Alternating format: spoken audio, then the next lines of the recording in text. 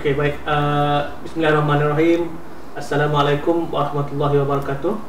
Apa khabar hadirin hadirat sidang penonton di siaran ni? So insyaallah hari ini kita akan bicara santai dengan bersama dengan panel-panel yang hebat-hebat insyaallah. Bicara santai kita hari ini adalah anjuran Persatuan Perubatan Islam Bintulu dengan kerjasama Sahabat Bekam Terapi Bintulu dan juga Pantera Angka Studio dan juga Klinik Syazwani lah. Okey, baik, insyaallah hari ini tajuknya adalah perubatan moden versus perubatan Islam, sebuah fenomena dan realiti semasa. Okey, bersama ahli panel yang cukup terkenal di Sarawak khususnya Bintulu. Yang pertama Ustaz Malik, Ustaz Malik Faisal, yang juga merupakan guru di SK Jepa, pengurusi Persatuan Perubatan Islam Sarawak, penulis buku dan juga seorang perawat yang berpengalaman hampir 20 tahun dalam bidang perubatan Islam. Dan panel kita yang kedua adalah yang cantik molek Dr. Syazwani, merupakan pengamal perubatan am swasta, pengasas kepada klinik Syazwani di Bintulu, dan juga Director Everos Kids Center di Bintulu. Okey, insyaallah kita akan terus pada soalan kita yang pertama. Sebagai seorang doktor perubatan, so apakah pendirian dan pendapat doktor mengenai perubatan Islam? Silakan. Waalaikumsalam warahmatullahi wabarakatuh. Terima kasih bertanya soalan. Soalannya tadi berkenaan prinsip antara perubatan moden dengan perubatan Islam, betul ya? Ya, betul. Okey. Kalau secara peribadi, bagi kami banyak gila beza sebenarnya. Okay, kalau mengikutkan, ramai orang anggap perubatan Islam tu bila kita berjumpa dengan ustaz-ustaz, contoh macam Ustaz Malik yang di Bintulu tu banyak di-refer dengan Ustaz Malik. Tapi perubatan moden tu hanya kepada doktor-doktor aja, maksudnya di hospital, di klinik macam kami orang. Okey. Tapi kalau ikut secara, bagi pendapat kami, apa yang kami orang belajar daripada dulu, daripada perubatannya, actually nya lebih kepada benda not saintifik. Benda yang dah dikaji selamat tu. Dan benda tu bukannya something yang kami orang invent ke diri. Hanya lebih kepada kajian-kajian dulu, kami orang hanya amalkan balik dan revise balik mengikut peredaran semasa. Okey, dan sebenarnya apa-apa nak kajian saintifik tu sebenarnya banyak yang sebenarnya datang daripada dulu lagi sampai zaman, kalau korang tahu Ibnu Sina dulu sebenarnya ia adalah perubatan masa ya, setidaknya ada perubatan moden nya manggil sebagai perubatan Islam juga, sebab tidak tu macam orang yang memang mengamalkan Islam dalam amalan hidup so bila saya memadah sesuatu, setidaknya akan anggap ia adalah perubatan perubatan Islam, bukannya perubatan moden. Tapi bila benda yang dah dikaji, baru kita datang pada term perubatan moden tu. So bagi kami ada beza gila. Perubatan Islam adalah bila kita ngikut cara Islam untuk berubat, tapi perubatan moden pun sebenarnya adalah apa yang kita guna dalam Islam. Ada setakat tu yang kami nangga, perubatan moden yang kita mula bercanggahan sebenarnya. It's just that kita tahu kalau perubatan Islam kita jumpa dengan ustaz, bila perubatan moden kita jumpa dengan doktor. Bagi kami sebenarnya, kalau pendapat peribadi ada beza gila. That's why kenapa dalam kami mengamalkan apa yang kami jumpa patient setiap hari, jumpa pesakit setiap hari, kami cuba kaitkan juga adakah benda tu memang terus-terus perubatan moden ataupun yang ada sedikit unsur lain yang orang panggil perubatan Islam yang menjurus kepadanya dapat penyakit ya. So kalau kami lebih suka langgar kepada cara macam ni lah. So kiranya realitinya sebenarnya perubatan moden tu sebenarnya adalah termasuk dalam perubatan Islam kan? Betul lah. Ya. Okey, baik Ustaz, kita akan teruskan pada soalan untuk Ustaz lah. Boleh Ustaz terangkan apa yang dimaksudkan dengan perubatan Islam Ruqyah Syariah? Silakan Ustaz. Bismillahirrahmanirrahim. Assalamualaikum warahmatullahi wabarakatuh. Okay. Jadi bahasa mudahnya, tuan manusia. Jadi Ruqyah Syariah adalah sebuah rawatan, yang bersumberkan rawatan Islam yang bersumberkan dengan dengan macam bacaan-bacaan yang syar'i, okay, sebutan-sebutan lafaz-lafaz. Contohnya, okay, bahasa mudahnya. Jadi ruqyah adalah macam suatu rawatan, okay, ruqyah. Kemudian syariah adalah suatu rawatan yang mana kita terapkan unsur-unsur syariat Islam di dalam. Okay. Sebab apa? Kadang-kadang perlunya untuk kita wujudkan, bezakan ruqyah syariah dengan ruqyah syirkiyah yang sendiri. Okay. Syirkiyah. Supaya kita tahu bahawa dua benda itu ada sesuatu yang akan bergerak seiringan. Okay. Dan yang menjadi kekhawatiran kita sebagai perawat Islam adalah kalau kita melihat beberapa macam pengamal perubatan yang boleh kita klasifikasikan sebagai bomoh, dukun, tidak pun menggunakan istilah perubatan Islam. Okay? Tetapi yang membezakan adalah apa lafaz bacaan-bacaan yang disebut ketika merawat pesakit. Okay? Kadang-kadang memang dimulakan dengan lafaz Bismillahirrahmanirrahim. Okay? Kemudian intro pada surah Al-Fatihah ke kursi, tetapi lepasnya diam. Kita tahu apa yang dibaca. Dan ruqyah syariah tu perlu kita melantunkan bacaan Al-Quran yang jelas didengar oleh kita sebagai perawat, pesakit dan juga siapa yang ada siap, supaya menimbulkan suatu fitnah. Sebab itulah kita dengar ruqyah syariah tu perbezaannya dengan ruqyah syirkiyah, dari ruqyah yang berlandaskan perkara-perkara yang syirik kepada Allah adalah dari segi kita meletakkan Al-Quran sebagai suatu keutamaan. Okay, Al-Quran. Okay. Kerana apa? Kerana Al-Quran itu kan merupakan syifa, penyembuh. Okay. Jadi bacaan tu kita bacakan pada Al-Quran, pada pesakit dengan niat supaya pesakit sembuh dengan izin Allah. Tetapi bagi benda tu perlu kita jelaskan secara terperinci lagi. Satu perkara yang sangat penting adalah kadang-kadang kita membacakan Al-Quran kepada pesakit. Dan kita yakin bahawa bacaan kita yang boleh menyembuhkan pesakit. Ia suatu kesilapan. Kerana apa? Dalam ruqyah syariah sendiri, sebaik-baiknya adalah kita bacakan Al-Quran dan bacaan Quran tu kita niat sebagai ibadah. Kemudian kita berdoa dengan Allah, Tuhanku, dengan bacaan aku tu, ya Allah, kesembuhkanlah penyakit yang ada di depanku. Okay? Kerana apa? Di sini ada unsur-unsur ketergantungan kita kepada Allah, ada unsur-unsur kita menyerah apa yang kita buat semasa merawat pesakit kepada Allah, semuanya. Lillahi ta'ala. Okey, terima kasih. Kita berdoa dan dalam masa yang sama kita menyerahkan kepada Allah untuk bagai penyembuh lah. Oh, ya, yang paling bagus. Yang paling bagus. Okey, boleh kita teruskan Okey, kita teruskan kepada soalan yang kedua lah, doktor. Soalan kepada Dr. Sazwani lah. Okey, secara peribadi doktor lah, apa pandangan doktor tentang dunia perubatan moden ini berkenaan dengan adanya gangguan jin ataupun sihir yang menyebabkan pesakit mengalami simptom yang sama dengan penyakit medik? Okey. Silakan. Benda ni sebab since soalannya lebih kepada peribadi, so banyak kepada pengalaman sendiri juga lah. Okey. Sebab kalau diikutkan sebagai kita sebagai seorang Islam, kita memang tahu adanya wujud unsur-unsur lain, sidak jin, syaitan. Sebab dalam Al-Quran sendiri dah termaktub. So kita dapat nak madah, kita dapat nak pintas madah, kalau kita sangkal madah, ada sebenarnya unsur-unsur macam tu yang mengganggu manusia. Sebab memang tujuan sidaknya ada pun sebenarnya untuk mengganggu juga. Okey, memang ditahu macamnya. So memang kalau bila dah ada elemen lain mengganggu kita pun, elemen manusia secara sebenarnya apa-apa yang masuk sama ada daripada segi virus, bakteria yang bukan kita, bukan sebagai manusia, nya akan memang boleh membawa penyakit juga. So bagi kami memang benda tu wujud. Ada elemen lain, sidak jin ke apa yang dah. Dan benda tu sebenarnya kami dah jumpa dengan banyak juga pesakit sebenarnya. Okay, apa yang kami mula bila kita jumpa pesakit, memang kalau daripada segi medikal ubat demam, bila nyawa pada datang demam, kita tanya apa simptom-simptom lain nak kedak ya anak. So daripada sia kita akan relate. Adakah nyetok lebih kepada sakit tu? Adakah nyetok lebih kepada sakit tu dan sampai setakat ni sakitnya? Adakah ya acute aja, maksudnya benda yang baru, ataupun untuk komplikasi daripada benda penyakit-penyakit lain, ataupun benda yang kronik, maksudnya dah dapat tapi cuma yang mungkin si tahu ataupun sangkalkan aja. Sebab memang biasa untuk pesakit kita udah last minute baru nak jumpa doktor.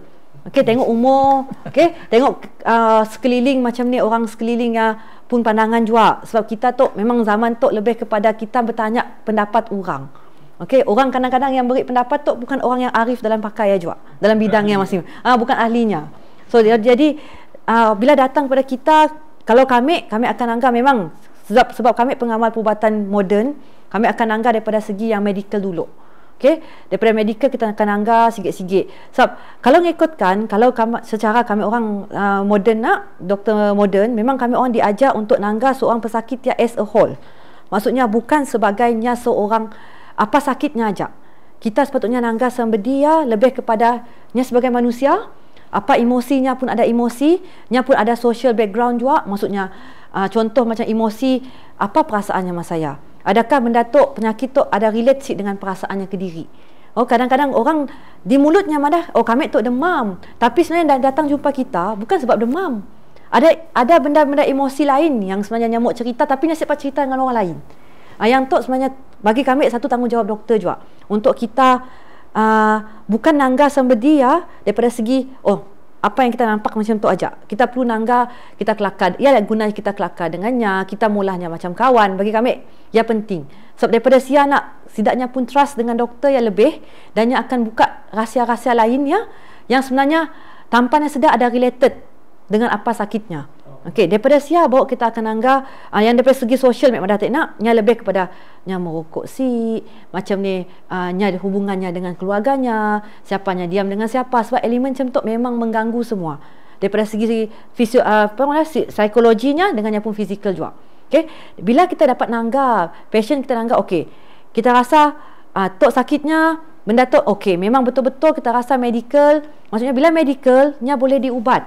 Setakat tu belum ada sebenarnya yang ada ubat. Okey, alhamdulillah even AIDS, HIV semua yang ada ubatnya juga. Cuma ubatnya mungkin orang madah kuat yang boleh membantu supayanya mungkin tu sembuh sepenuhnya. Macam pasien kanser nya memang boleh diubat, tapi semua orang akan sembuh. Nya tengok ketahanan badan, semua banyak risiko yang kita nanggar. So bila kita madah, nya madah sakitnya macam tu, kami akan nanggar go deeper. Sekali jumpa mungkin madah, kita makan ubat tu dulu. Lepasnya kita akan nanggar, adakah yang macam makan ubat macam tu sesuai ada orang antibiotik tu sesuai, ada orang antibiotik tu sesuai walaupun sakitnya sama. Dan daripada lepasnya datang untuk kali kedua kita nanggar lain rupa. Walaupun kita beri ubat macam tu, ataupun daripada awal kita dapat detect ceritanya madah macam tu, tapi menjurus kepada benda-benda yang lain. Bagi kami akan selalunya ada macam sixth sense kita. Tok mungkin bukan satu yang kita macam ada perubatan moden aja. Maksudnya kalau kita beri ubat belum tentunya akan sembuh. So kebanyakan masa kami beri masa. Sebab kita sebagai perubatan moden kami orang mesti ada macam trust dengan kami orang pun proses juga. So kami akan beri ubat dulu, ataupun kita beri counselling, kita perlu referkan dengan pakarnya lagi kepada hospital ke apa yang dah nak. Daripada lekatnya baru kita tahu bila doktor kita macam mula kajian-kajian lain macam X-ray, sidak CT scan, sidak ultrasound apa yang dah nak. Bila kita langgar daripada lain. Ada juga nampak apa-apa. Tiba-tiba datang dengan kita misalnya mata tak kuning. Lepas bila kita cek mata kuning tu sebenarnya kita relate dengan hati. Misalnya, kita cek ambil darah, cek hati, mula ultrasound hati, CT scan apa yang dah nampak apa-apa. So kalau bagi kami akan berhenti di lah. Kami akan selalunya akan nasihat, especially kalau orang kita sesama Islam yang percaya yang adanya elemen-elemen lain tu, ada makhluk-makhluk lain dekat bumi tu juga. So kami akan nasihatkan untuk jumpa dengan ustaz-ustaz. Selalunya memang kami personally kami akan jumpa dengan Ustaz Malik juga. Sebab kami tahu menggunakan perubatan Islam secara syar'i. Sebab memang kami terus terang madah bila kita beri madah dengan pasien, kita perlu jumpa ustaz. Kami orang salah anggap ustaz tu dengan dukun tu benda yang sama. Perubatan Islam tu benda yang sama. Yang kita perlu clarify daripada awal. Salah fahamnya memang banyak dalam masyarakat kita tu. So daripada awal perlu madah kena kami hantar dengan ustaz. Sebab mungkin ada something yang kami nampak, tapi tidak ustaz boleh nanggar. Macam Kalau bagi kami banyak pesakit yang kami nanggar, kami hantar ke memang kita boleh nampak. So dalam daripada segi ustaz pun macam juga, munnya rasa pesakit kadang-kadang siapnya rasa tok masalah gangguan. Nya datang jumpa ustaz rasa juga gangguan tapi sebenarnya perubatan something yang medical. Memang akan refer balik kepada kami orang juga. So benda tu memang dapat lari lah. Terutamanya sebagai kita yang mengamalkan Islam memang kita terpaksa Nangga daripada bukan satu jenis macam ni, bukan nangga sekali satu hala macam ni. Memang kita kena buka sikitlah untuk nangga supaya apa yang matlamat utama supaya pesakit tu mendapat seboleh-bolehnya kita maunya sembuh. Biar dengan cara yang betul lah kedaya. Ya. Penerangan yang cukup detail lah. Baik, kita teruskan pada soalan yang kedua pada Ustaz lah. So, Ustaz, boleh adakah rawatan ruqyah ini cuma berkisar dengan rawatan gangguan sihir dan jin sahaja? Silakan Ustaz. Okey. Kalau kita nanggal, biasanya untuk untuk rawatan ruqyah syariah, memang yang pertama sekali kita adalah rawatannya berkisar kepada gangguan jin, ataupun sihir. Tetapi rawatan ruqyah tu, ruqyah syariah tu, salah satunya juga adalah untuk merawat kata orang yang ada masalah, bukan masalah kejiwaan. Kalau hati masa tenang, masa bingung, memang kita cadangkan seseorangnya untuk membacakan Al-Quran ataupun mendengarkan Al-Quran. Supaya apa? Supaya secara psikologinya akan balik kepada Allah. Okey? Dalam keadaan-keadaan tertentu, kita sih menafikan rawatan moden lah, doktor. Macam kami setuju dengan apa yang kita sampaikan tadi. Cuma kadang-kadang kalau kita berbalik kepada bapa hadis Rasulullah, macam ada rawatan yang mungkin pada zaman Rasulullah dalam perubatan moden yang kurang. Jadi ada para sahabat kadang-kadang macam kita ambil contoh mudah lah. Pada zaman Rasulullah ada sahabat yang macam demam kah, sakit digigit binatang berbisa. Jadi rawatannya menggunakan Al-Quran, surah Al-Fatihah, dibaca cepat. Yalah, macam benar tu biasa juga kita amalkan dalam keadaan kita sih tahu nak kontak doktor apa in case kalau berlaku masalah macam di hutan contoh, yang kita tahu orang tu kena gigit kalajengking. Boleh kita ikhtiar dengan membacakan Al-Fatihah pada kaki yang di digigit yang tengah bisa. Jadi kita tu mengambil satu contoh mudah.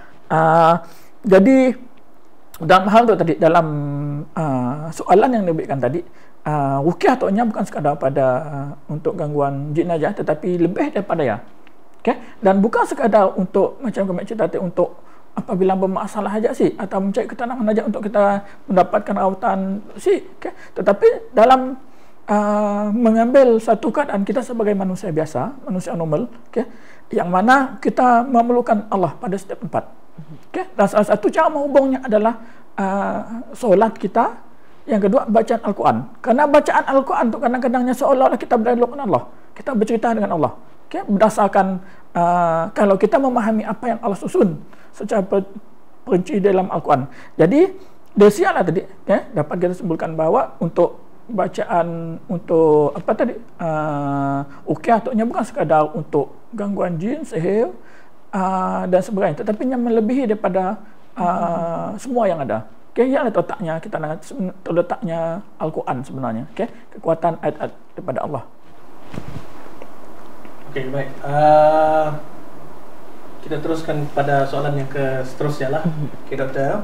Doktor, mungkin dalam beberapa keadaan doktor pernah juga berjumpa dengan kes-kes pelik yang doktor rasakannya adalah bukan penyakit moden. Jadi gini doktor mengatasi masalah tu lah. Okey. Kami setuju benar dengan apa kata ustaz. Kadang-kadang bilanya sampaikan lagi tadi benar.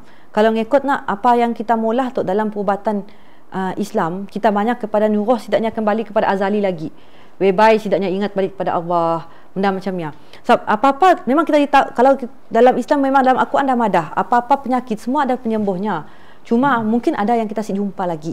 Macam certain cancer mungkin kita jumpa lagi apa sebenarnya sembuhnya. So benda macam tu sebenarnya bila kita bercuba dalam secara perubatan moden dengan secara ubatan apa indah dan kita jumpa masih juga kami rasa 2-3 kena nyasik pandai mok bayi macam tu. Sebenarnya ubatan apa yang tu, kalau kita sebagai orang Islam benda tu sebenarnya bukan sebenarnya sebagai asbab aja. Tetap kita pun niat kita memang tetap dengan Allah juga. Sebab memang yang menyembuhkan memang Allah juga. Cuma tu asbabnya dan benda tu dah dikaji juga, dan kebanyakan masa apa yang kita guna sebenarnya dalam perawatan moden klinik tu adalah benda yang dah dikaji daripada Al-Quran juga sebenarnya. Cuma kita seperti biasa bilanya perubatan yang bukan daripada kita sebagai orang Islam dimula oleh sidaknya bangsa Inggeris, tempat-tempat yang lain, sidaknya Nangga sidaknya mengkaji bukan secara Islamik. Tapi kalau kita Nangga balik sebenarnya apa yang dicampur tu, apa dimula tu sebenarnya banyak sebenarnya related dengan apa yang Islam dah ajar dalam Al-Quran apa yang dah.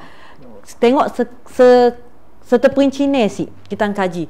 So bagi kami bila ada pesakit-pesakit nak datang tiba-tiba macam tu, terutamanya bila ada gangguan emosi. Yang paling kami nampak kini tu adalah banyak pada gangguan emosi. So bila kita mau madah dengan pesakit tu, sebagai seorang doktor kami mau madah, kita perlu semayang balik, kita cuba kita baca Quran balik, nak macamnya something yang sebenarnya ada a bit sensitif untuk semua orang dapat terima bila kita madah macamnya. Okay?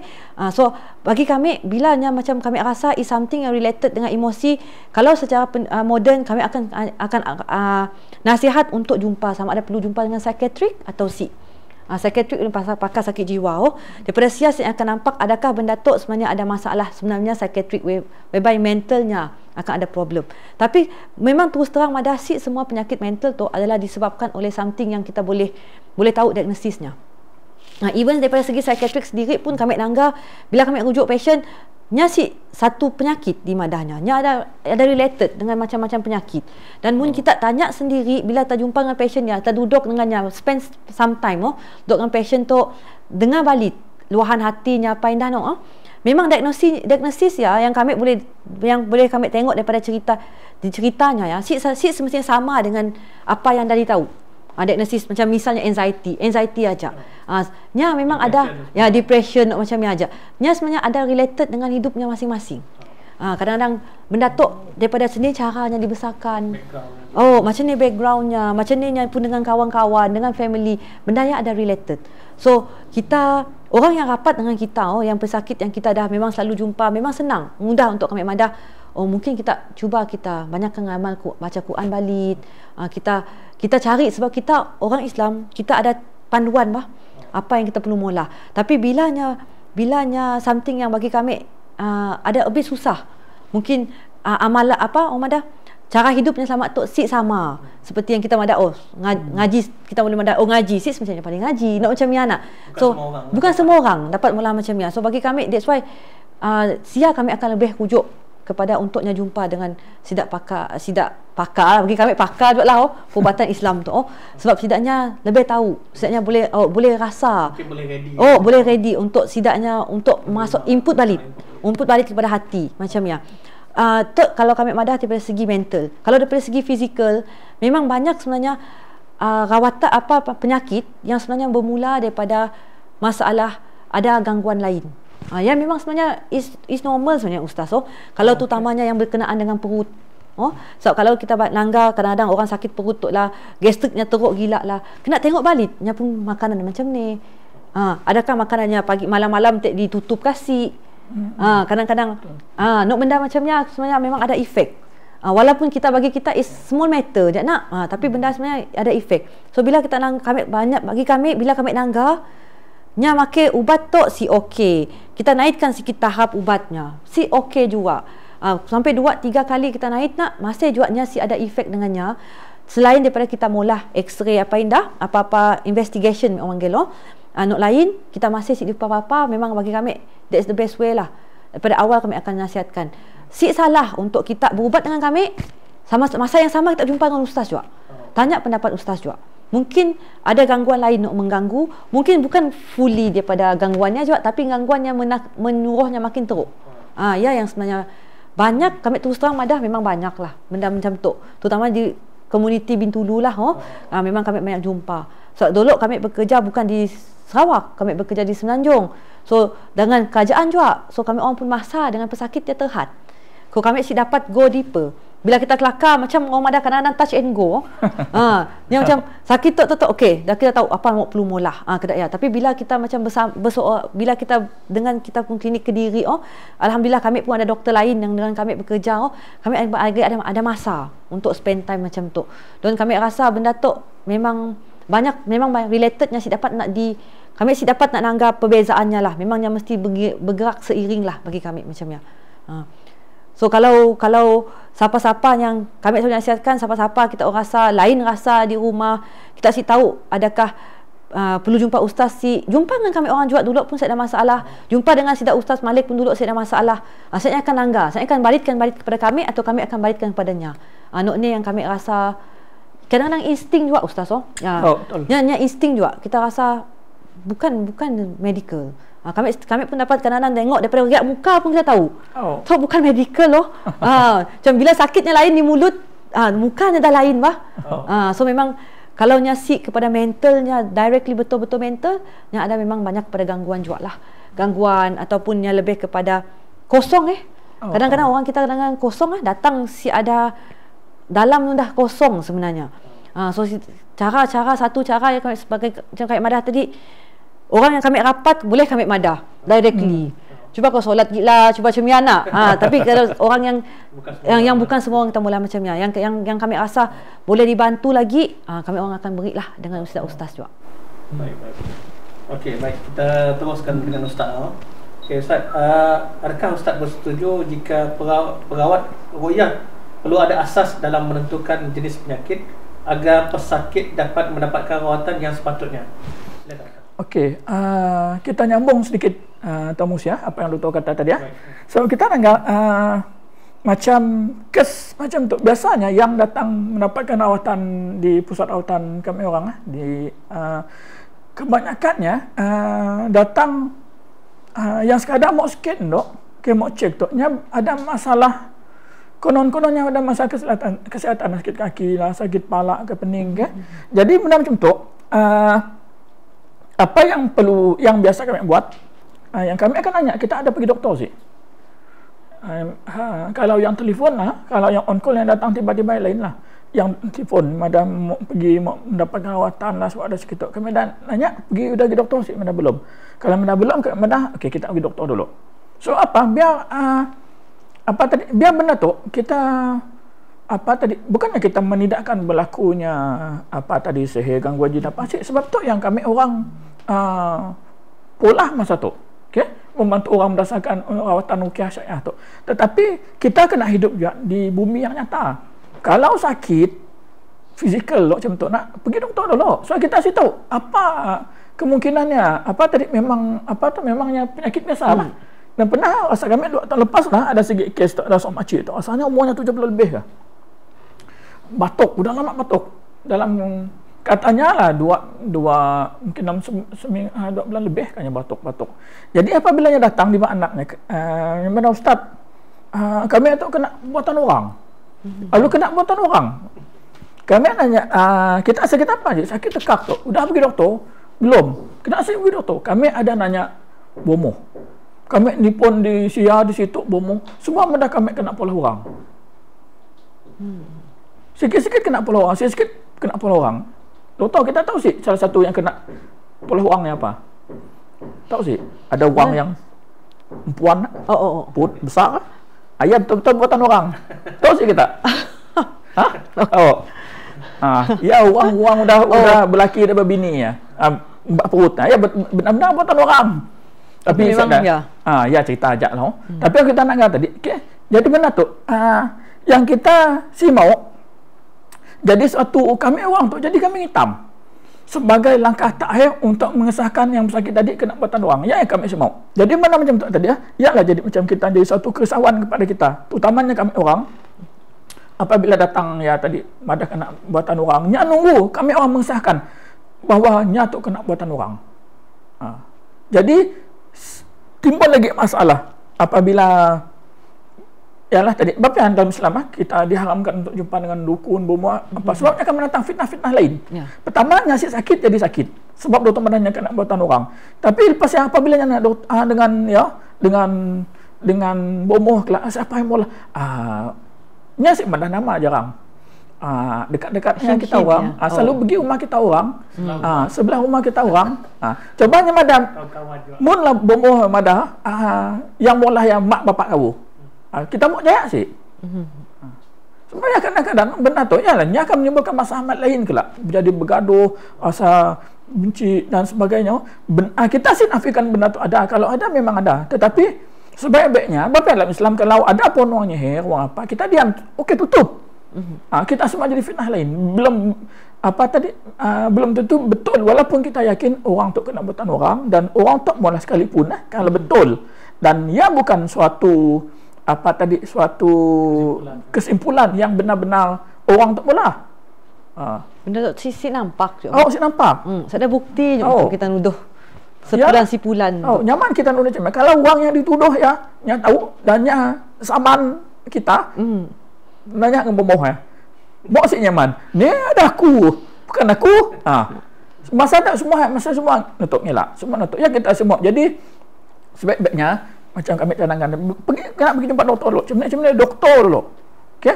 Lepas barulah kalau macam ada jam persayaan ataupun kita pendapat lain, barulah kita boleh dapatkan rawatan alternatif.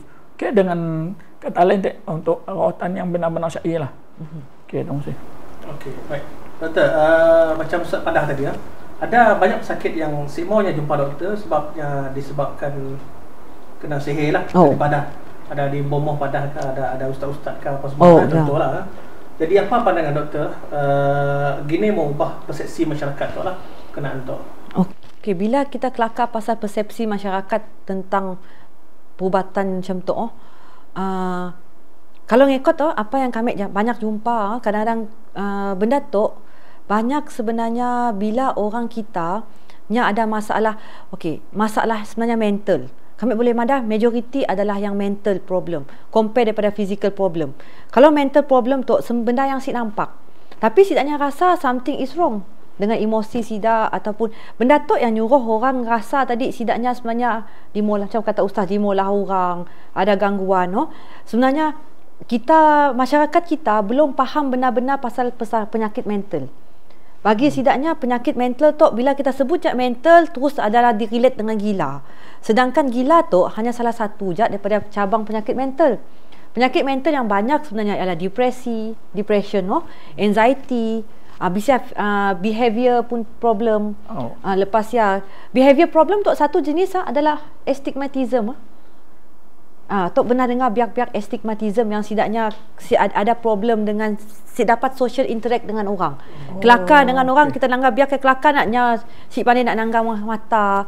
Lepas main seorang-seorang. Ya pun adalah bawah mental pun doktor juga. So malah kita biak gila nak. Tapi sebenarnya is a mental problem. Okay, behavior. Personality ada juga. Personality tu macam kita ada narcissist. Narcissist tu jenis orang yang rasa nyajak mau menang, SMK si mau kalah, macam mesti semua everything pasal dirinya, everything sekeliling tu mesti tunjuk kepadanya. Maksudnya untuk dapatkan perhatian akan mula apa-apa aja. Dia salah satu jenis narcissist ke tu. Okey, dan bagi orang sebabnya bila orang si faham yang sebenarnya tu adalah satu mental problem dan benda tu sebenarnya sangat banyak sebenarnya dalam kita pun sekeliling. Ibu kita madah jauh kita boleh madah tengok balik anak-anak kita, tengok balik kita pun pasangan, tengok balik mak bapak kita, cousin-mazen kita, kami yang keluarga besar dekat situ. Sebenarnya kalau kita nanggar daripada segi macam ni sidaknya interact dengan orang, macam ni sidaknya pun kelakuan dalam social media, sebenarnya banyak sebenarnya kita yang mengalami sedikit masalah mental tanpa sedar. Dan benda tu bila dibiar tanpa sedar yang bahaya. Tanpa sedar tu yang bahaya. Bagi sidaknya ngikut trend.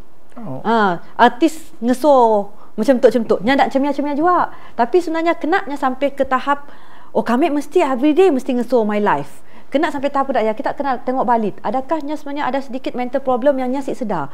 Sebab kalau kita biarkan, kita takutnya sampai ke peringkat yang lebih teruk. Peringkat lebih teruk tu yang sidaknya kadang-kadang dengar bisikan, nanggar kelibat-kelibat, lepas tadi ada rasa sampai macam mau bunuh diri, rasa mau si perlu bunuh lah, kadang-kadang mau cederakan diri ke diri.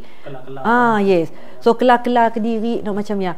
Selain benda tu pun bila ada mental problem, substance abuse, penggunaan penyalahgunaan dadah. Kita guna ais apa indah macam tu sidak ganja apa indah tu tu adalah bawah mental problem kalau daripada segi kami orang belajar, memang tu kami orang belajar dalam psychiatric pun topik. So orang-orang macam tu pun sebenarnya adalah kategori mental problem. So bukannya gila. Nya berlaku di luar tabi'i manusia disebabkan ada input-input benda lain. Tapi kalau yang bukan ada input benda lain, benda tu sebenarnya mungkin ada penyakit mental yang dia sendiri sedar. So bila dia dengar ajak, oh ada benda ngikutnya, pergi dapur cuci pinggan, tiba-tiba ada rasa orang sebelah. Sebenarnya ya semestinya kita boleh madah, ya memang gangguan. Pendapat kita, orang masyarakat kita kan itu apa aja macamnya terus gangguan. Sebab kami madah apa-apa yang kita perubatan tu boleh kita jauh. Perubatan Islam macam sida ustaz mula, perubatan kami orangnya mesti sama-sama seiring. Kami orang kadang-kadang susah untuk kita diagnose, untuk kita kenal pasti apa penyakit, kecuali kita benda macam tu kalau kami rasa ada masalah, kami kena rujuk kepada pakar untuk bahagian psikiatrik. Dan kita memang ada di Bintulu juga. Ada? Memang ada. Di swasta kita ada, di BMC kita ada, di Hospital Nyabau pun kita ada. Okay? Dan kita perlu jumpa doktor biasa loh, macam kami orang, untuk kami orang rujuk pada doktor-doktor macam tu. So kami orang pun kadang-kadang betul sih. So bila kita guna kita pun ilmu yang ada kadang-kadang cukup. So kadang-kadang kita rasa ada salah untuk kita ngajak, ada masa jumpa dengan ustaz. Ustaz scan, rasa adakah gangguan benar, supaya benda tu jangan nyuruhnya ngembak ke otak. Kalau lama-lama semua apa-apa di molahnya, orang sekelilingnya takut, kita takut aja. Kalau efek pada diri, efek pada masyarakat, efek pada keluarga, macamnya. So bagi kami, masyarakat kita mungkin lebih kena faham benda tu. Dapat kita macam jangan orang madah, jangan bezakan antara dua perubatan tu. Dan bila kita madah perubatan Islam, tolong cari jalan yang betul. Jalan yang betul jalan yang benar. Yang guna Al-Quran sebenar lah. Sebab bila kita guna elemen-elemen lain tu, makin tangkal, makin jadi masalah. Sebab kemenyan, benda macamnya kita tahu sebenarnya mungkin khurafat, ataupun mungkin sampai ke arah syirikah, kita tahu so nya akan mengganggu lagi emosi kita daripada dalam. So bagi kami, siapa-siapa kalau dapatlah, orang kita perlu lebih banyak membaca lah sebenarnya. Mau membaca, sebab generasi 1990s ke atas tu bukan generasi membaca, sebab kita dah ada internet masa so kita lebih kepada mendengar cerita-cerita pun banyak. So cari something yang boleh kita dengar yang beri ilmu. Sebab kami rasa kadang-kadang macam sedih bila nak masyarakat kita cukup pasal perubatan si belum ada lagi lah, pasal something yang related dengan life setidaknya. So kita macam bila kadang-kadang anak-anak yang kita nanggap normal bagi pandangan kacamata kami orang sebagai doktor, bagi parents is normal. Benda-benda macam ada, memang banyak. Kadang-kadang patient datang ke klinik sakitnya datang just untuk anak kami demam macamnya. Tapi bila kita kelakar, kita interact dengan anak-anak kita nangga, sebenarnya ada sedikit behavioral problem ataupun antisocialnya lain. Kita nampak. So kami orang memang dalam, tapi orang belajar juga benda macamnya. So benda macamnya kadang-kadang kami orang nangga, kalau bagi kami akan still nangga sama ada benda tu is a mental aja ataupun memang kadang-kadang gangguan. Kami rasa memang banyak juga ustaz masalah gangguan kanak-kanak tu. Sebab kena tu sebenarnya memang ada penyakit ain. Satu penyakit ain bagi kami yang orang kita faham. Sebab apa-apa yang penyakit ain tu bukannya orang yang berniat jahit ustaz. Nya hanya nak disebabkan kita nya nangga gambar, nya nangga rasa dengki secara yang akan terbit just because orang kita selalu suka gila mengeksposkan hidup dalam social media. So benda-benda macam yang akan mengganggu perkembangan anak sikit-sikit. Orang bila penyakit ain tu memang dia tahu memang ada dalam Islam, so nya akan ganggu mungkin physical mental anak So bila anak yang membesar nya ada sedikit lain sikit, kita boleh nangga perangainya daripada anak-anak yang lain. So macam benda yang sedih bila kita nangga, tapi kita tidak dapat mula apa-apa kadang-kadang. Sebab benda tu mak bapak perlu faham. Bagi kami orang yang macam kita sebagai orang tua, kita sebagai yang udah dewasa, kita perlu pantau lah.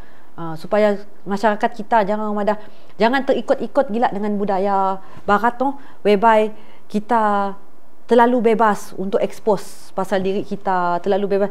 Sebab benda tu memang ada related bagi kami dengan akan mental penyakit mental anak penyakit fizikal biak bukan anak biak kecil aja sampai ke tua so generasi zaman kita generasi kanak-kanak tu adalah generasi orang pemadah Mau pada akhir zaman dia dolok kita pada akhir zaman. Tapi generasi tu adalah generasi yang kita untuk menerbitkan pejuang lah.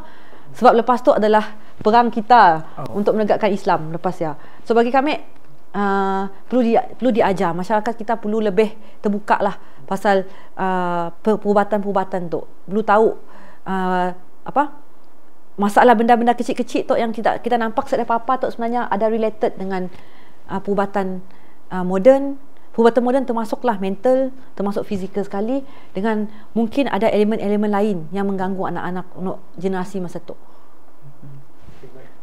Menarik untuk kita dengar daripada doktor. Sebabnya doktor ada sebut penyakit AIN tadi ya. Jarang-jarang ada doktor tahu pasal penyakit AIN. InsyaAllah dalam video kelak sana kita akan pulang sikit segmen khas untuk penyakit AIN saja. Okey. Okey Ustaz, kita teruskan dengan soalan yang seterusnya. Apa pandangan Ustaz tentang pesakit yang datang untuk mendapatkan rawatan penyakit, contohnya demam, kanser, gastrik atau sebagainya, sedangkan kita tahu yang semua penyakit ini adalah berkaitan dengan perubatan moden? Okey, ringkas ya Tuan Pengurusi, mungkin Tamek sudah jawab tadi lah. Okey, kalau kita dengar macam yang datang, Doktor, ada tak sebahagian yang datang yang kanser, yang kanser, yang mudah mendapatkan rawatan doktor ataupun yang belum. Yang belum, memang kami akan ambil risiko dan kami akan terus pergi doktor. Sebab kita mungkin di luar kemahiran pengetahuan kami orang. Jadi yang sebaik-baiknya kena ambil doktor lah. Cuma kadang-kadang ada yang pesakit yang macam kanser gastrik yang masa kita jumpa lah. Demam, lepasnya macam kami pada tadi, memang minta sedap pergi doktor dulu. Jadi kalau sedap pada sudah pergi jumpa doktor, barulah sebab kalau bukan bermakna rawatan doktor tu sik sembuh sik. Cuma kita mencari apa yang berlaku di sebaliknya, benda yang sik tahu dan benda yang sik nampak, dan yang kita cuba untuk selesaikan. Dan kami tetap nyuruh macam yang lepas datang berubat pergi doktor, kami akan terus minta sidak. Terus kita orang jumpa dengan doktor, temu janji kita orang buat terus makan. Dan kami orang cuba, bidang kami orang cuba settlekan apa yang mungkin menyebab gangguan untuk timbul. Dengan arti kata lain, kalau ada gangguan jin, ataupun kalau ada gangguan sihir, macam kami ada yang kami explain dengan doktor dia, kalau nak cerita hal buatan orang tu, banyak lah, memang banyak sebenarnya. Daripada 100 kes, mungkin ada 2-3 kes saja yang benar-benar disebabkan sihir. Tetapi kita tak udah terbiasa jumpa dengan bomoh, jumpa dengan sidak yang dukun dan sebagainya. Kalau kita perasan, kita pergi ke jumpa datuk, sikit-sikit buatan orang, sikit-sikit buatan orang. Jadi macam saya ada kerja lain lah. Bukan kita saya cuba fokus saja pada sakit. Saya perlu pada fokus pada macam macam ni, banyak gila benda kita mau fikir. Jadi kalau sakit, kena saya sembuh aja. Sakitnya kalau jumpa dengan dukun nak bomoh, mau je madah tu kena buat orang, mau je kena tu puncak jadi banyak. Jadi sikit kampung, sikit kampung terlibat untuk demam, seorang untuk demam. Jadi apabila lepas kita kita puas hati lah kalau orang tu udah pergi jumpa doktor madah macam tak ada apa-apa, dan dirujuk dengan kami orang macam biasa doktor Ustazah ni pola lah.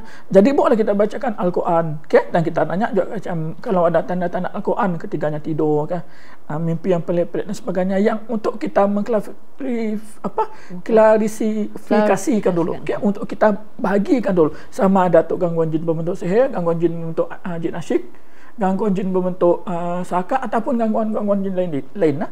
Sebab apa? Biasa kita dengar kalau macamnya contohlah kalau gastrik, yang mana doktor dah mana sick bay juga. Biasanya kita akan bacakan Al-Quran dan tiba-tiba yang muntah, atau tiba-tiba masa kita pegang pada perut kita bacakan, tiba-tiba ada pergerakan, benda yang bergerak, yang sama adanya bentuk bulat ataupun kadang-kadang macam semut, pergerakan cepat. Di sini kita tahu bahawa mungkin orang tu perutnya ada masalah. Jadi selepas kita cerita hal panjang tentang hal beban doktor, kita cerita ringkas. Jadi lepas tadi, kalau ada anak-anak macam tu, kita cuba usaha untuk keluarkan. Dan kebanyakan pesakitnya akan muntah lah. Dan jarang kita, memang kami pernah jumpa dengan orang yang muntah bunga, okey. Bunga yang betul-betul bunga lah, bunga yang masih segar keluar daripada mulut. Okey. Kemudian kalau orang tak muntahnya warna merah, kuning atau hitam, 2 atau 3 daripada warna tadi, kemungkinannya kena siap makanan, okey, makanan minum. Dan ya kita anjurkan pasal kita kita minta selepas pesakit dah dirawat dan sebagainya, merawat diri sendiri yang paling bagus. Kadang-kadang pesakit tu mengharapkan kita 100%. Kan betul? Sedangkan bapialah sepatutnya langkah pencegahan yang perlu. Bagi kami doktor, Tuan Musi, dalam proses kita tu mengukiah pesakit, okey, sampai ke satu penghujung detiknya sembuh, okey. Jadi pada langkah pertama kita ngubat sampai ke langkah 100-nya baik. Okey, jadi langkah pertama untuk bahasa kami dalam bahasa mudahnya. Mungkin setiap perawat Islam tu nyalin untuk pemahaman tentang tu. Jadi kami lebih suka ngambil macam tu lah, daripada step pertama tadi sampai ke step 86, ya kita membantu pesakitnya.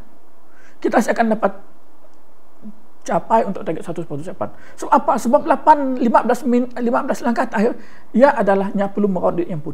Dengan cara macam ni, jaga solat. Yang kedua, jaganya pun akidah. Itu sangat penting untuk akidah. Kenapa? Karena macam tu yang apabila kita ada Allah dalam diri kita tu, ialah syaitan tak apa-apa masuk dalam diri kita. Okey. Kemudian jaga solat, kita ngaji, jaga akidah. Jadi tu ada untuk kekuatan roh sebenarnya tu. Dan sebagai perawat kita sampai ke step yang ke 100, cuma ke 85. Pasal 86 ke 100 ia dapat pesakit sendiri. Sebab apa? Sebab kita dapat untuk mula dapat ngaji untuk sidak, dapat solat untuk sidak, dapat benda tu sidak perlu mula sebagai seorang muslim, sebagai seorang yang mukallaf, yang dia bertanggungjawab untuk melakukan ibadah. Boleh je kita sembahyang sidak kalau sidak dah meninggal lah, ayah lain cerita. Ayah boleh kita lu. Tetapi hal macam tu ya kadang-kadang kan kita nak nyuap, kalau macam kita lah doktor, kan kita nak nyuap ubat, nyuap dan sebagainya. Dan sikit lagi kita nak macam perubatan juga. Langkah pencegahannya kurang. Kurang. Dan kita nak biasanya kalau ada pesakit datang doktor, kami ada ustaz kami itu ada sakit macam tu, okey. Kami kena sakit sihir, kami kena saka, kami kena jin asyik dan sebagainya. Jarangnya pada ustaz kami sakit tu disebabkan roh kami lemah. Jangan pada macamnya. Memangnya akan nyebut kena sihir, kena tu, yang menyalahkan luar dulu, nyasik menyalahkan pun. Sepatutnya sebab apabila orangnya selepas mendapatkan rawatan, kami terapkan pada saya 3 perkara yang perlu kita buat, perlu untuk baik. Yang pertama untuk kekuatan roh. Kenapa? Gangguan jin datang tu disebabkan roh kita lemah. Ya, punca utamanya. Bukannya suka-suka nak datangnya. Jadi apabila nyatok roh kita lemah, apabila nyatok roh kita lemah, tu ialahnya datang. Okay? Jadi pertama kita kena kuatkan roh, jaga solat, ngaji, kan, banyakkan soal baca soal bakar untuk kekuatan roh tadi dan soal-soal lainnya. Dan kemudian kita kena amalkan soal al-masuhat pagi dan petang. Kemudian yang kedua, dari segi psikologi. Kalau kita pasang doktor, Tamus ya, kadang-kadang orang yang kita ambil contoh mudah, orang kena rasuk di sekolah. Jadi sekiranya macam biasanya orang kena rasuk nya terlalu takut, kemudiannya terlalu sedih, yang ketiga terlalu marah, 3 tu biasa, sebenarnya terlalu lalai. Terlalu lalai, lepas terlalu happy gila. Bukan saya boleh happy, bukan, tapi kita nanggap orang yang kena histeria di sekolah tu sebab banyak terlalu takut. Kadang-kadang orang nak marahnya sanggup nak mengamuk, nya dirasuk, nya boleh dirasuk tu ya. Kenapa? Karena nya siapa untuk mengontrol rasa marahnya. Okey. Kemudian benda tu kita dengar yang ada punca terlalu marah, terlalu takut, terlalu sedih. Benda tu secara tu, kan kita dengar tu kan masalah psikologi, yang menyebabkan jiwa kan. Jadi apabila benda tu settle, waktu ialah tadi setan kita dengarnya datang untuk menguasai orangnya dan masuk orangnya. Yang kedua. Kemudian yang ketiga, dari segi masalah mental, bukan mental, dari segi ya doktor, caranya berfikir. Kadang-kadang datang pesakit memang sakit demam. Yalah, kalau sudah set fikirannya kena buatan orang lah, yalah tu. Ya udah, maksudnya nya sakit dari sakit. Kenapa? Karena hanya udah set dalam fikirannya tadi, nya kena gangguan jin, jadi sakit, lalu baik. Lalu malas nak pergi doktor. Okey. Yang macam kita nak kata, benda tu perlu dijelaskan kepada masyarakat bahawa kalau sakit sekalipun, okey, kita kena kena ujuk doktor dulu. Okey, lepasnya ada kes-kes macam tu kita kena insya-Allah boleh kita tolong kalau selepas usaha melalui pemubatan moden bukan sip berjaya. Okey, maksudnya kita cari ruang apa yang boleh kita gabung sama untuk membantu pesakit macam tu tadi. Okey, terima kasih. Baik, terima kasih Ustaz. Okey, doktor, sebagai kesimpulan, bagaimana cara untuk digabungkan kedua rawatan ini agar kita dapat saling bantu-membantu dalam kita membantu merawat pesakit? Okey. Yang pertama lah bagi kami untuk kita gabungkan sama, pertama kita perlu kenal dulu siapa yang mengubat dia. So bagi kami sebagai seorang doktor yang macam kalau dekat masyarakat kita di Bintulu lah, kita anggap anda berapa orang je Muslim doktor Islam. So bagi kami sama-sama kami bukan hanya perlu kenal, kami pun klik lah, walaupun kami orang sama company, klinik-klinik yang lain, ada yang daripada hospital paling dah, kami perlu kenal sebanyak mungkin antara kami orang. Sebab apa-apa nak masalah pun kita palak seorang sama dengan palak kami.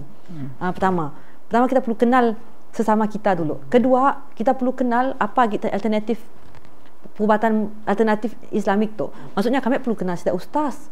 So kalau kami dalam sentiasa rasa perubatan moden tu lah the only way, memang kami akan gagal untuk kenal dengan setidaknya. Yang kedua, yang perlu kami tahu, yang perlu kami mula. Yang ketiga tu kita perlu nangga pesakit tu yang macam kami madah tadi, jangan kalau selagi mungkin kalau ada masa tangga lebih daripada apa yang kita nangga, daripada kacamata macam fizikalnya aja. Try untuk dig deeper, try untuk kenal setidaknya siapa apa kerja anak siapa, macam ni pun live di luar. Bukan orang madah kadang-kadang bila kita nak orang selalu madah guna jangan jaga tepi kain orang. Bila kita mau ambil tahu, orang akan bagi kita, orang perlu sebagai orang luar untuk ambil tahu pasal my life macam ni. Maksudnya jangan jaga tepi kain kami macam ni. Maksudnya bagi kami dalam Islam kita perlu tahu, kita perlu jaga, tapi jangan jaga dalam kain orang. Not di sipi-sipi, not di tepi kain tu. Kita perlu tahu sebab untuk kita membantunya kita perlu tahu benda tu. So kalau kita mau madah adakah benda tu kelak kita dapat bantu dengan perubatan moden aja ataupun kami perlu mbaknya kepada perubatan Islam macam ni, perubatan sidak ustaz, kita perlu tahu banyak pasal benda-benda macam tu, dan benda tu kita akan cuba untuk bimbingnya balik. Sebab perubatan Islam tu macam kata ustaznya bukan hanya gangguan, nya untuk kita kembali gunakan Al-Qurannya sebagai medium. Sebab memang apa-apa sebenarnya ada penyembuhan dalam Quran, cuma kita sedar atau sedar aja. Ayat ni untuk penyakit ni, yang perlu banyak untuk kita belajar. Even untuk kami sendiri yang bukan mengamalkan perubatan macam tu kami pun secara kediri pun dapat kita belajar, mungkin kita dapat tahu, kita boleh madah dengan passion. Dengan pesakit kita, cuba kita ngamal ayat tu. Cuba kita akan macam lebih kacak lah. Sebab kita macam orang Islam memang kita udah ada medium yang untuk ubat diri sendiri, tapi kita guna sidak zikir apa indah ya. So bagi kami perubatan Islam tu dengan perubatan moden ada beza sebenarnya. Sebab perubatan moden sebenarnya macam kami dah daripada awal bermula daripada kajian saintifik. Kajian saintifik diberi daripada sini memang berpandukan sebenarnya daripada Al-Quran. Okey, so Al-Quran yang Allah turun untuk kita fikir menggunakannya. Okey, dan benda-benda saintifik tu sebenarnya memang kajian yang banyak aspek daripada macam matematik, everything nya akan gabung daripada benda yang kita nampak kini tu. So perubatan moden bagi kami actually mula daripada Quran, tapi mungkin termnya lah. Sebab perubatan moden tu bukan hanya digunakan oleh kita orang Islam juga lah, dan benda tu memang yang macam lebih diguna oleh satu masyarakat dunia macam ni.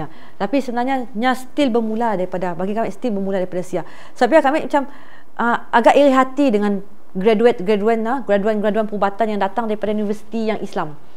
Universiti Islam macam kita madah daripada Alexandria kah, yang memang kita tahu daripada Jordan kah, daripada Cairo kah, yang semua doktor terus terang madah semua doktor tahu pasal hal tu, dan semua rasa benda tu adalah related. Terus terang juga madah Okey, tapi yang penting kena tok masyarakat pun perlu tahu. Kadang-kadang kita jumpa doktor, mungkin doktor tok dapat tolong banyak daripada segi perubatan Islam. Kita ambil alternatif lain juga lah. Sama mesti berubat juga untuk kita tahu secara saintifiknya kedak tok apa yang terjadi. Sebab benda tok pun memang perubatan Islam, tapi kita perlu gunakan Al-Quran, gunakan media macam sidak ustaz untuk sidaknya tengok adakahnya lebih daripada ya. So bagi kami macam ni ada kesimpulannya, masyarakat kita memang perlu lebih berfikiran terbuka lah pasal benda-benda macam tu. Jangan sempitkan diri madah apa-apa aja yang terjadi yang bagi kita yang bukan kita pun alam kita tu, jangan terus madah tu adalah something yang ada gangguan aja. Apa yang kadang-kadang kita sedar yang diri kita tu sebenarnya memang ada masalah-masalah lain yang mungkin related dengan perubatan moden sebenar. So bila benda tu banyak orang kita ambil enteng aja. Bila si ambil tahu nya sampai ke peringkat yang mengganggu hidupnya in the end. Benda yang macam sebenarnya boleh kita cegah sebenarnya daripada awal. Just because of knowledge kita cukup je. So kalau dapat bila-bila berjumpa dengan doktor, ada apa-apa masalah yang kita rasa sick kisah fizikal atau sick fizikal pun, mental atau sick mental pun, sentiasa cek dua-dua. Jumpa doktor juga dan tanya pendapat dengan ustaz-ustaz juga.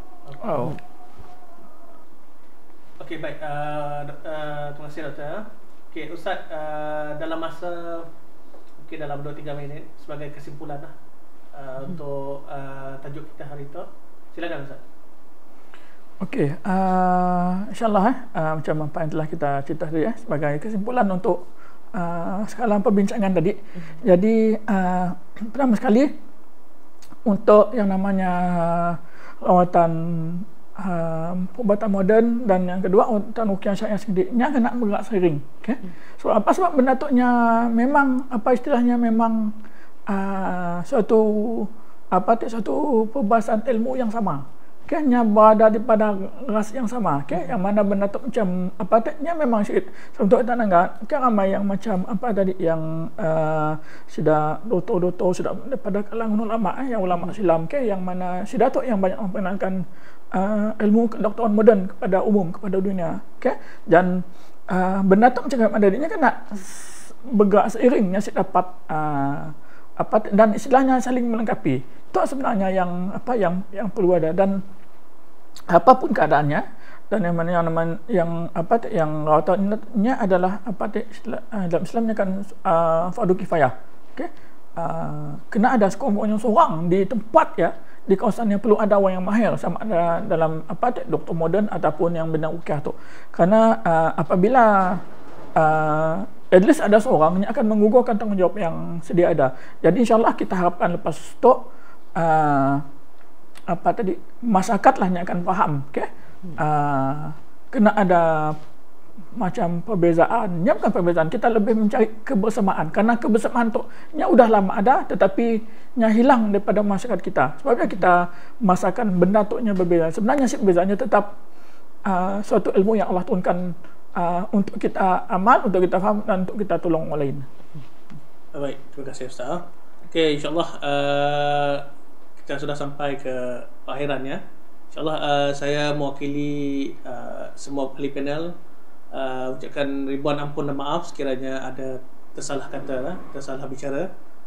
Mungkin ada yang tidak sependapat, tapi kita sama-samalah meraihkan pendapat perbezaan. Kita meraihkan perbezaan. InsyaAllah kita akan olah lagi program yang lebih menarik lagi selepas tu. Mohon like dan share video kami orang di channel kami orang Kelah. Okey, insyaAllah terima kasih diucapkan kepada Ustaz Malik daripada Persatuan Perubatan Islam Bintulu, dan juga Dr. Syazwani daripada Klinik Syazwani sendiri. Okey, kami daripada Sahabat Bekam dan Terapi Bintulu dan juga Pantera Ongka Studio mengucapkan ribuan terima kasih. Wabillahi taufiq wa hidayah. Wassalamualaikum warahmatullahi wabarakatuh. Waalaikumsalam warahmatullahi wabarakatuh.